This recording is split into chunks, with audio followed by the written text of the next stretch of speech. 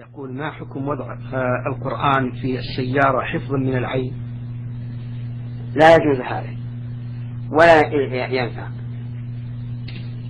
لأنه لم يرد عن النبي صلى الله عليه وعلى آله وسلم ولا عن أصحابه أنه يتحصل بالقرآن على هذا الوجه،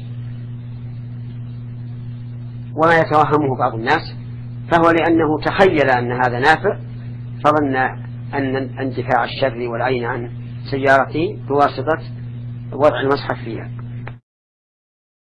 هذا اللقاء سماحة الشيخ في هذا السؤال من أحمد ألف يقول: بالنسبة لبعض الشباب يضعون في السيارة المصحف وذلك خشية من العين. هذا لا أصل له، البدعة من جنس التميمة من جنس الحروس، ولكن يقرأ فيما يراه يقول: أعوذ بكلمات الله التامات من شر ما خلق، يسأل ربه العافية.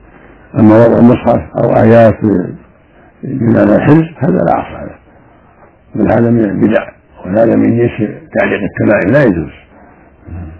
والله المستعان، لا حول ولا قوة. شكر الله لكم سماحة الشيخ.